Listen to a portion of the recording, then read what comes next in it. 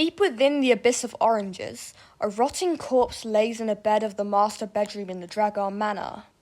Its fingers curled around a faded scroll, with whispers of disappearing forgotten knowledge etched onto the pages. Suddenly, the heavy stone doors bust open, revealing one beautiful goddess.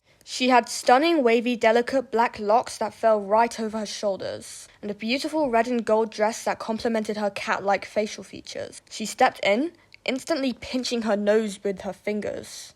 She wondered what that smell was, quickly looking over to the bed as she gasped and stared at the rotting corpse. "Mother!"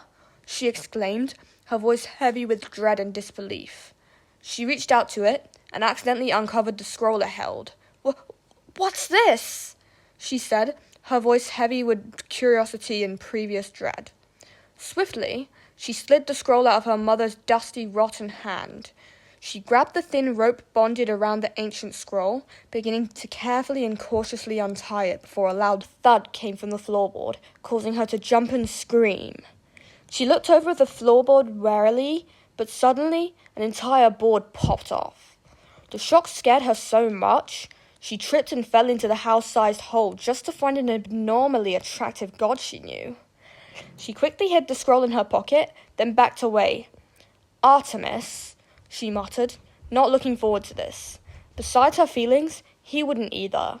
He looked annoyed, his arms crossed over his slim yet muscular frame. "What do you think you're doing, Athena?" he said with a rather frustrated tone as he tilted his head in mock curiosity. She scoffed, tilting her head the way Artemis did it just to get under his skin. "Who peed in your holy water, Artemis?" he gasped, pretending to be offended as he stepped closer. Uncrossing his arms, he hummed before speaking up. "You have an ugly personality." Shifting her weight, Athena took a step closer and attempted to tower over him. "Oh, really? And you?" She had that annoying smirk that always made him mad. "Oh, shut it." But she laughed a bitter laugh. Then her laughter faded.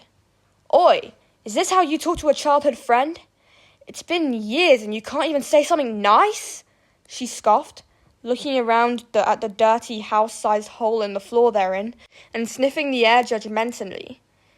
"It smells like my cat's poo in here, Greg."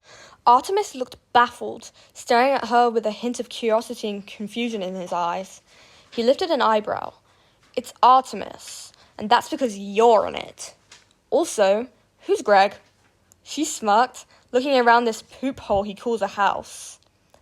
"Just a merchant, you wouldn't understand." She paused, taking a curious breath before speaking up again. "This is your house? This hole in the floor?" she muttered in judgment and disbelief. Artemis would cross his arms and just stare, a hint of jealousy in his glare. "Artemis, what about my mother?" she sighed, thinking about the dead mum. He smirked, shrugging it off as he led her out of the house and covered it with a floorboard.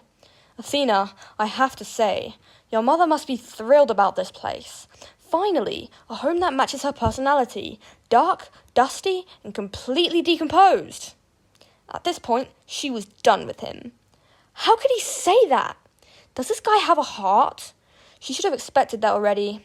She sighed, leading him out of the Dragar Manor and into the main city of the Abyss of Oranges. On her way, Artemis scoffed, seemingly annoyed. "You're gonna complain about me to the big boss, huh? Nice. Cool. Very swift." She smirked, cutting him off. "Shut up and be patient." She smirked again, hoping she could get him in trouble with the higher-ups.